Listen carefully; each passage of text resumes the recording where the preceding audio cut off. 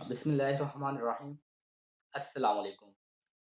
उम्मीद है कि आप सब खैरियत से होंगे और अल्लाह ताला से दुआ गो हैं कि अल्लाह ताला आपको हमेशा अपने हिफ्ज़ व अमान में रखे।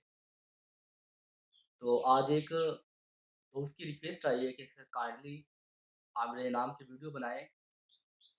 लेकिन उससे पहले मैं कुछ दोस्तों से ये रिक्वेस्ट करना चाहता हूँ, बहुत से दोस्त नाराज़ हो रहे थे कि सर हमने पहले कमेंट्स किए, आप हमारी वीडियो क्यों नहीं बना रहे? तो उन तमाम दोस्तों से मैं एक रिक्वेस्ट कर रहा हूँ कि काइंडली आप थोड़ा-सा वेट करें, इंशाल्लाह जैसे ही टाइम मिलेगा तो मैं आप लोगों की वीडियो अपलोड कर दूँगा। तो बहुत शुक्रिया, चलते हैं अपनी वीडियो बनाने की तरफ।